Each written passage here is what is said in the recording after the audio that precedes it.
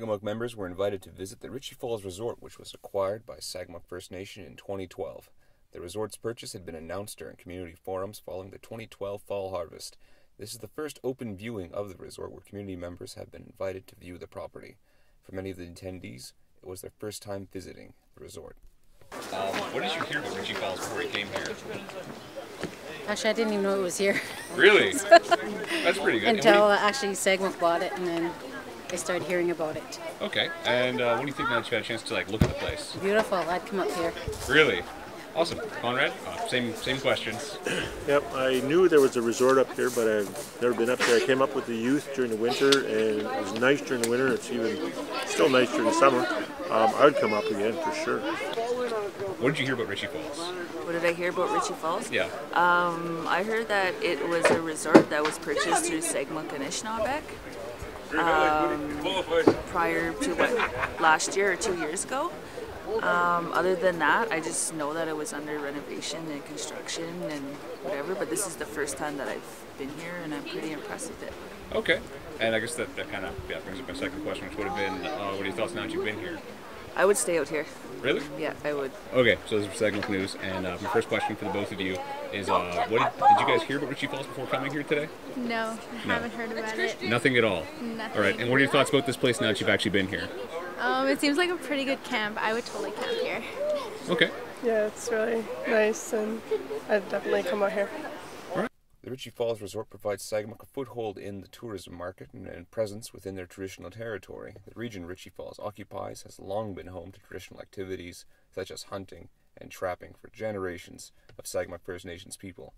Speaking with the operator of Ritchie Falls, Matthew Owl, we asked him what are the future plans of the Ritchie Falls Resort. What are kind of like the goals for Ritchie Falls?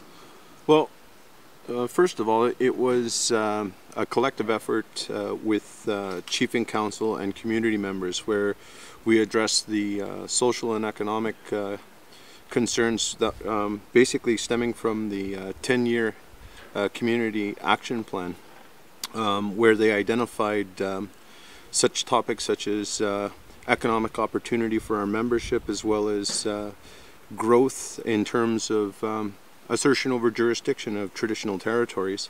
So that's, I think, part of the impetus behind the acquisition itself at Ritchie Falls.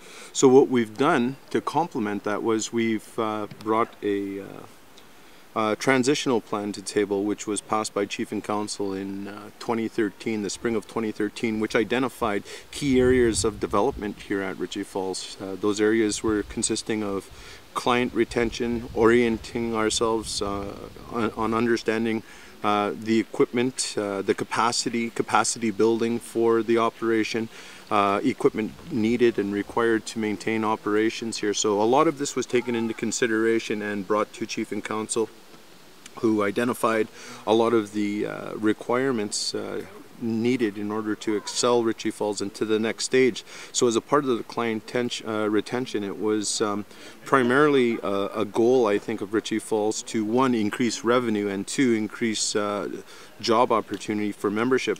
But before you increase the job opportunities, you have to make sure that client retention is taken care of, and in doing so, reaching out to new and emerging markets. That's where we start to see the economic spin-offs to the community and the opportunities to the community. As we expand as an operation, we see more and more opportunity start to take place for individuals that are looking to cash in on tourism, which is one of the biggest employers globally.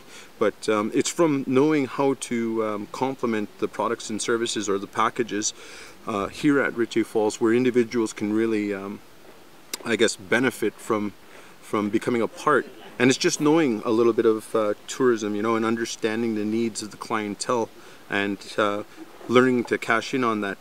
So in short, to answer your question, I think it's increasing the opportunity for membership to take advantage of the economic spin-offs associated with ownership of the operation, as well as assertion over jurisdiction when it comes to our traditional territories. Instead of having to deal with a third-party source or having these altercations with third parties, and case in point is Dan and Tom, who were the previous proprietors of the place, understanding that we no longer had to approach them to let them know that we're coming into the area to have our fall harvest or our annual gathering. So I think that, having said that, there's a lot of opportunity that can be afforded from the acquisition of Ritchie Falls itself. And first and foremost, I think it's just an assertion over jurisdiction. All right. I think you pretty much summarized everything from the second question there in one go, man. So thank you, Matthew.